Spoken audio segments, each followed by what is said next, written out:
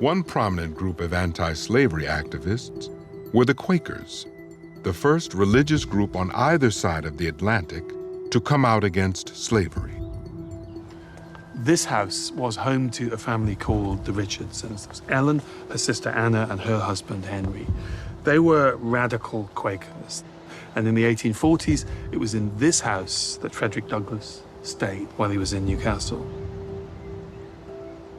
Anna and Ellen began the process through meetings and writing letters of purchasing the freedom, purchasing the manumission papers for Frederick Douglass.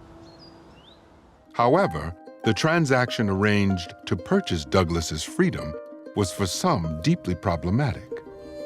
Douglass and the Richardsons were immediately criticized. Douglass's freedom is to be purchased through a legal contract of sale, and the argument was made that to accept a transaction is to accept that Douglass was chattel, and that was acceptance of the principle that one person could own another person.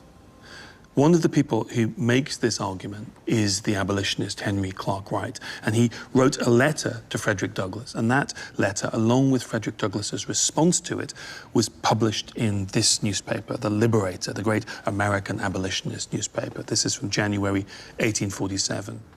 Dear Frederick, that certificate for your freedom, that bill of sale for your body and your soul from that villain, Thomas Auld, I wish you would not touch it. Douglass responds by stating some pretty stark and painful facts.